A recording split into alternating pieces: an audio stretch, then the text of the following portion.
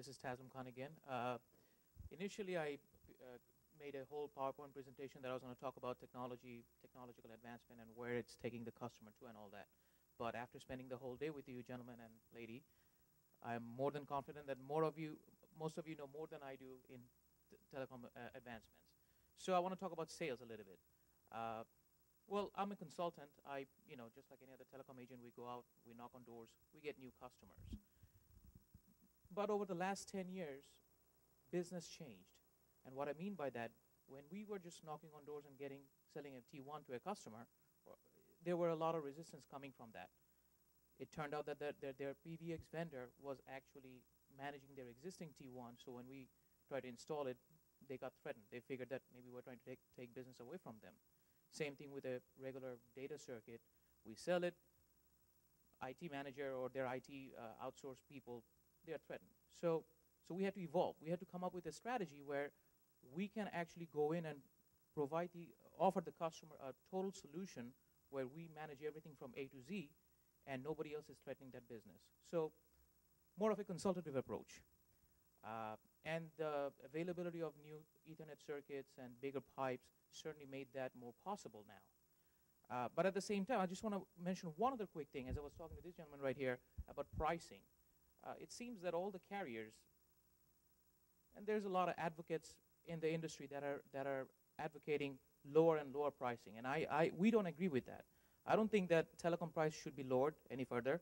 I mean, if you take the train this morning, MTA price is higher, your gas price is higher, $3.50 a gallon, so I don't know why we are dropping telecom pricing. There's absolutely no point to that. I'll give you a quick example. We go to a customer, let's pick a small to mid-sized customer, small customer, 20 employees. If you go to a 20-employee customer and they have a regular T1 from the ILEC, most likely they're spending $1,500 on a T1. Now, if I tell him, okay, Mr. Customer, I'm going to propose XYZ company here, he's asking me first question, who is this company? I don't know about them. If I tell him I'm going to propose ABC company here, he still doesn't know the second or the third company. So what that tells me that he doesn't know that you could get a T1 for $500 that includes unlimited calls. So there's no reason to bring his phone bill from $1,500 all the way down to $500. In my opinion, and I don't know if it counts or not, I think we're killing our own industry if we continue to do that. Cable companies and other companies are coming up with $29.99 unlimited nationwide. Well, okay, if it's available to us, and again, strictly from a sales point of view, we don't necessarily have to sell it at $29.99. We can do it at $50, and we can add value to that. We can tell the customer that, listen, we will take all problems away from your hand. And I don't know how business is done elsewhere, but in New York City, for a small customers or mid to large size customer, when you tell them that listen, we're taking away everything, there's a problem, you call me. If it's 3 in the morning that you can make a call to London, if you're a financial company, I want you to call me and I'll manage that. I'll open a trouble ticket, I'll manage that. I'll show up in your office. They're very happy to sign. They're very happy to sign it for $80 for that $29.99 circuit. I mean, a trunk, if that makes any sense. Anyway, that's my opinion. So coming back to the consultative approach, what I was trying to say is that with the newer, more bandwidth availability anywhere in Metro New York, at least, now we can go in and we can offer them an IPPBX. We can offer them a complete solution. So we are eliminating any and all threats. When we are implementing a whole solution, then there's nobody else involved, and nobody else is trying to ruin that deal, basically. I want to talk about a little case study about one particular company that we work with. This is a nonprofit organization that had 400 employees. They have 10 locations, and they all had POTS lines and DSL from the ILEC. They were spending about $10,000. They couldn't talk to each other. There was no coordination among themselves. Their PBX systems were more than 10 years old in every location, and some of them were failing. So when I walked in there, he was already talking to other vendors, and they all came up with bits and pieces. Somebody was talking about voice, somebody was talking about data, somebody was talking about equipment. And again, the problem was there were multiple vendors, multiple issues, and not one person is taking responsibility and giving him a full picture. So what we did, we first of all, we gave them an IPPBX for all their location. So that combined brought everyone under one umbrella, and all their 400 employees became an extension. So now, as you all know, that Susie from New York is calling Becky in Brooklyn, they're dialing an extension, and it's just a local, it's a internal call. It's not, it's incurring new cost. That alone saves phone bill. And then the long distance rates and all those were a fraction of the cost. The internet connection that we brought in 10 megs to replace the DSL, that enabled them to put in MPLS, shared all their network, cloud computing and all that. And most of all, we became just one point of contact for them. And that was big. Anytime they had any problem or whatever the issue is, they're calling us. So the point is basically, you have to, if you're in sales, you have to become that person who has a broader knowledge of all the aspects of telecom and IT. And if we can come in and if we can give them that solution, then they would much rather deal with that person than a handful of people.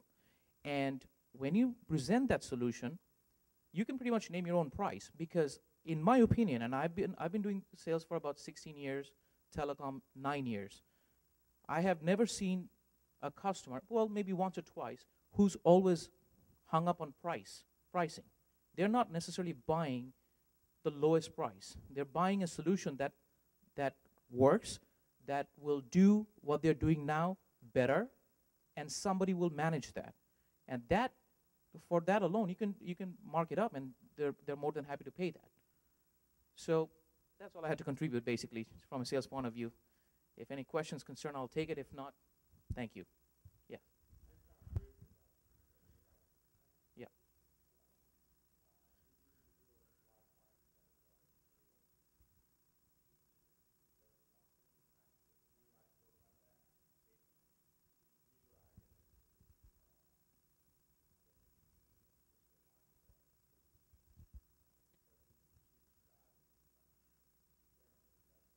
Right.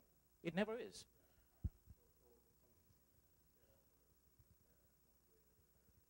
And you, as far as telecom is concerned, we can count on that there will be problems.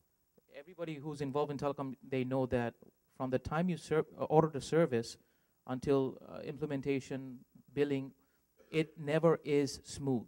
You order a circuit, the leg will send out wrong technicians on the wrong day. They will go out. They're not going to install. So there's going to be problems. So if we actually successfully go to the customer, and they're already familiar with all the problems, they're fed up with it. So if we go there and we tell them, listen, we're taking away from your hand, and we truly manage that, we own that issue, customer's actually happy, and customer will happily pay you whatever it is that you're asking for. So at least in Manhattan, and I wanted to ask this gentleman, he was saying that Texas is different than New York as far as sales is concerned, but at least in New York, customers are not always buying on price. In my opinion, I've seen that maybe less than 1%. Yep. Thank you very much. Yeah.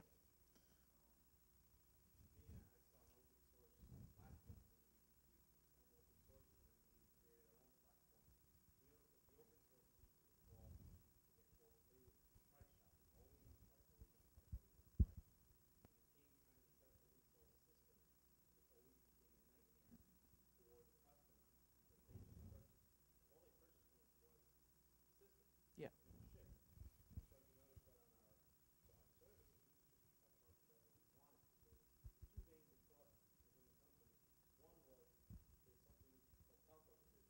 Mhm.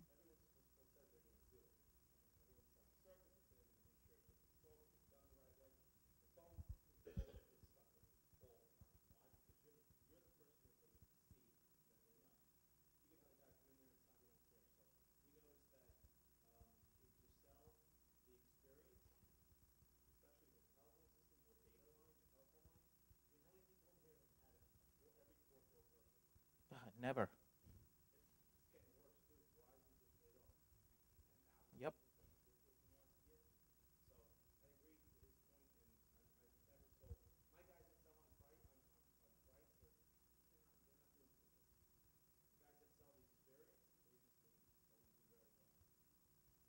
Absolutely. And customers see that. Customer, you know what, whether they know the industry or not, or the technology or not, they have been in business long enough and they have enough knowledge to, when somebody sits in front of them and pitching them, they can see if this person is bringing in value or not. And that's how anyone can differentiate themselves from the others. Thank you very much. Yeah. Sure.